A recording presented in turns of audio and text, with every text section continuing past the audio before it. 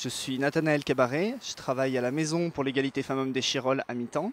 Donc dans le cadre de ce travail, j'ai trois missions principales. Une première qui est l'accompagnement de porteurs et porteuses de projets sur l'agglomération. Donc c'est-à-dire que toute personne qui nous sollicite, on a le devoir de l'accompagner dans son projet en rapport avec les questions d'égalité. C'est-à-dire que du coup ça va des élèves qui peuvent être chargés de réaliser des travaux sur les questions d'égalité, que ce soit TPE, exposé, etc. Jusqu'à des personnes qui ont un projet personnel à côté. Donc on a des réalisateurs qui sont venus nous solliciter, des photographes, pour réaliser en fait des projets sur les questions d'égalité femmes-hommes. Et nous à ce moment-là on se charge d'essayer de trouver avec eux des financements, des réseaux, des personnes que ça peut intéresser, etc. De faire un petit peu du lien. La seconde de nos missions, c'est une mission en direct de sensibilisation-formation. On a cet objectif de pouvoir intervenir gratuitement avec différents types de publics, que ce soit du coup des élèves, mais aussi des professionnels, des jeunes, des élus, pour travailler sur des sensibilisations en matière d'égalité femmes-hommes, donc sur des demi-journées ou des journées, donc de manière gratuite et sur simple sollicitation. Et la dernière de nos missions, c'est d'être un centre ressources, c'est-à-dire qu'on dispose d'une banque de prêts, d'exposition, d'une banque de prêts d'outils pédagogiques, de livres, de DVD, qu'on met à disposition gratuitement des personnes de l'agglomération. Et enfin, on accompagne aussi un réseau des communes de l'agglomération, c'est-à-dire que les 49 communes de la métropole sont invitées tous les trimestres à venir discuter des questions d'égalité et pour essayer de monter des projets en commun et de voir un peu ce qui peut faire sens à l'échelle de la métro. Alors, c'est une question intéressante puisque la distinction entre genre et sexe est polémique et a fait couler beaucoup d'encre ces derniers temps. Grosso modo, ce qu'on peut dire pour faire une différence, c'est que le sexe concerne en fait la distinction entre femme et homme. C'est donc en fait un sexe qui est biologique. Donc il y a trois types de sexe. Il y a le sexe dit chromosomique, XX, XY. Il y a le sexe dit anatomique, les organes génitaux mâles et organes génitaux femelles. Et il y a enfin le sexe dit hormonal. Le sexe hormonal, c'est donc le fait de produire de la testostérone ou de produire des oestrogènes. Donc ça, ce sont des différences biologiques qui distinguent donc les femmes des hommes. Par ailleurs, le genre, c'est une différence donc, qui est basée sur le sexe, mais qui est en fait socialement construite.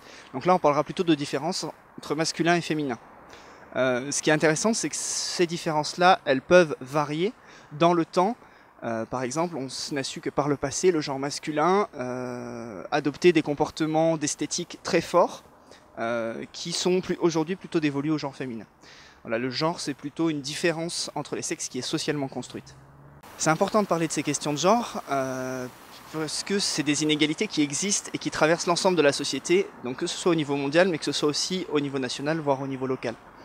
Ce qui est important de comprendre, c'est qu'il y a des vrais enjeux d'égalité qui traversent l'ensemble des sociétés sur ces questions-là, notamment puisque du coup le genre féminin, le genre masculin, les femmes et les hommes représentent chacun 50% de la société, et que lorsqu'une inégalité traverse ce champ-là, c'est bien la moitié de la population qui est touchée. Déjà, au niveau des inégalités entre les femmes et les hommes qui existent aujourd'hui en France, je commencerai d'abord par dire qu'il y a des choses qui se sont réduites, qu'il y a des inégalités qui se sont réduites et qu'il y a quand même du chemin qui a été parcouru depuis ces 50 dernières années, notamment au niveau législatif. Évidemment, on pense au droit de vote en 1945, mais aussi, on peut aussi penser à la question de la contraception qui est devenue légale depuis 1967. On peut aussi penser à d'autres avancées sociales et économiques pour les femmes. Néanmoins, aujourd'hui encore, il reste des inégalités criantes, notamment au niveau économique et dans l'emploi. On sait qu'aujourd'hui, l'ensemble des femmes gagnent 27% de moins que les hommes dans le cadre de leur emploi.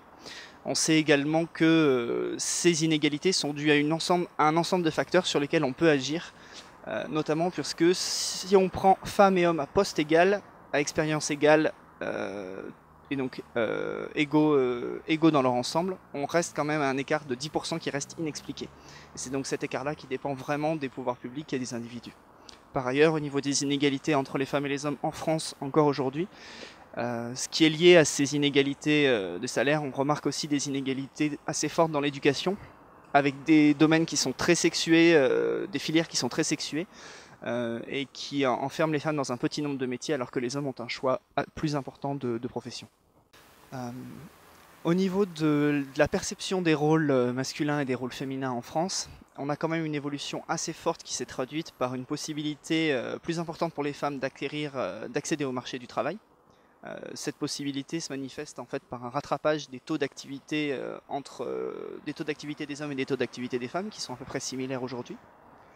Par ailleurs, il y a une plus grande acceptation aussi pour les hommes de passer du temps avec sa famille, de prendre du temps au niveau personnel, au niveau familial. Et donc du coup une revalorisation un peu de ce temps-là qui avait pu être dévalorisé par le passé.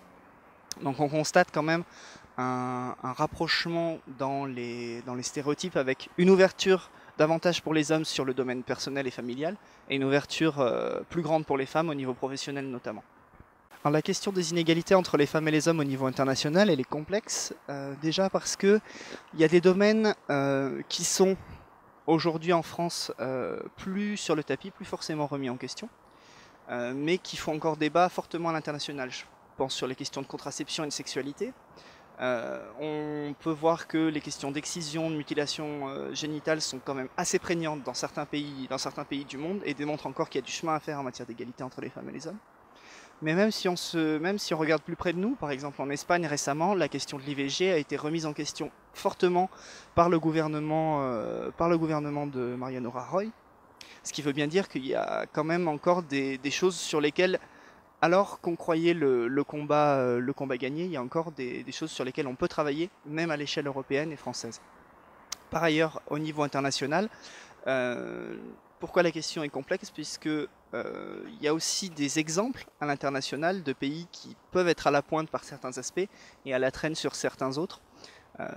On peut prendre l'exemple du Rwanda avec des problématiques assez fortes au niveau de la place des femmes dans l'ensemble de la société et sur des questions de domination, mais par ailleurs au niveau politique, une assemblée qui est composée à 60% de femmes, ce qui en fait l'assemblée politique la plus féminisée dans le monde.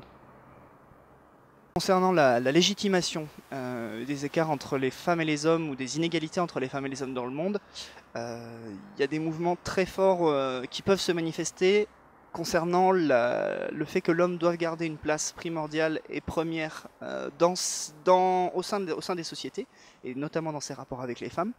On sait que par ailleurs ces courants sont très forts dans les pays développés, notamment au Canada, avec les courants masculinistes, qui prônent en fait une place plus importante de l'homme et notamment une réaffirmation de l'homme dans sa virilité, dans sa force et du coup dans sa place de dominant, que ce soit au sein de la société ou au sein du couple par exemple. Par ailleurs, les autres arguments qui peuvent exister, et là plus spécifiquement dans les pays occidentaux, concernent les écarts entre les femmes et les hommes reposant sur la force physique. Et donc du coup sur la nécessité pour les hommes de garder une place plus importante dans notamment la question des travaux manuels. Néanmoins on sait que dans certains autres pays du monde, femmes et hommes ont des travaux équivalents en termes de force. Je pense notamment à certains pays d'Afrique subsaharienne dans lesquels les femmes sont très fortement mobilisées dans les travaux agricoles, travaux qui demandent également de déployer une grande force physique. Alors les arguments qui peuvent être avancés pour contrer les inégalités femmes-hommes sont de deux sortes. Et c'est là qu'il faut être un petit peu vigilant ou attentif sur ces questions-là. Le premier type d'argument consiste à dire que le contraire de l'égalité, ce n'est pas la différence, c'est l'inégalité. Je m'explique, c'est-à-dire que si les femmes et les hommes sont différents, c'est pas pour autant qu'on peut dire qu'ils ne sont pas égaux. En effet, on ne demande pas aux femmes et aux hommes d'être pareils, d'adopter les mêmes caractéristiques, qu'elles soient physiques ou psychologiques, mais bel et bien de reconnaître une égalité entre ces personnes-là, et de reconnaître qu'il y a des femmes qui peuvent être fortes physiquement, il y a des hommes qui peuvent être plus faibles, plus sensibles, il y a des femmes qui peuvent être plus attirées par des métiers de la politique, du pouvoir, et des hommes plus attirés par des métiers du soin, etc. À ce moment-là, on est dans une démarche où on permet à chacun de pouvoir faire ce qu'il désire, et en fait d'être plutôt dans une démarche d'ouverture du champ des possibles. À ce moment-là, ces arguments-là en faveur de l'égalité femmes-hommes sont positifs pour l'ensemble des personnes dans la société. A contrario, on peut avoir des arguments qui se développent et qui expliquent que femmes et hommes ne sont pas égaux mais sont complémentaires. Pourquoi est-ce qu'il faut être attentif à cette nuance-là? Complémentaire, ça veut dire que femmes et hommes ne font pas la même chose, n'ont pas les mêmes modes de faire, n'ont pas les mêmes qualités, et que par conséquent, ils doivent être cantonnés chacun dans un rôle spécifique qui doit leur être assigné, et ensemble, ils accomplissent l'ensemble des tâches d'une société. En adoptant ce comportement-là, on fige femmes et hommes dans des rôles stéréotypés qui certes sont complémentaires, mais qui par ailleurs n'empêchent pas l'épanouissement des personnes qui voudraient sortir de ces stéréotypes. Je pense que quand on est au collège, Les questions d'égalité femmes-hommes, ça nous concerne directement, même si on peut ne pas forcément s'en rendre compte au premier abord. Mais l'un des premiers chefs qui font que ces inégalités nous concernent, c'est sur les questions d'orientation et sur les questions de choix de métier. Je pense qu'aujourd'hui, beaucoup de jeunes garçons au collège ont du mal à se projeter dans les métiers du soin, dans les métiers de l'attention, dans les métiers du social. Et inversement, les jeunes filles ont beaucoup de mal à se projeter dans des métiers plus techniques, plus scientifiques, plus manuels. Ça vient des préjugés qui existent sur les métiers. Ça peut venir aussi de l'influence de certaines personnes de leur entourage qui ne les poussent pas à aller vers certains métiers. Et puis ça peut venir aussi des difficultés qu'on peut ressentir en tant que garçon ou fille à aller étudier dans des établissements qui sont majoritairement, dont la majorité des élèves sont de l'autre sexe. C'est pour ça que je pense que le point de vigilance notamment à avoir, c'est de se dire qu'il faut vraiment aller dans des filières dans lesquelles on a envie d'étudier et pas forcément pour les personnes qu'on va y croiser.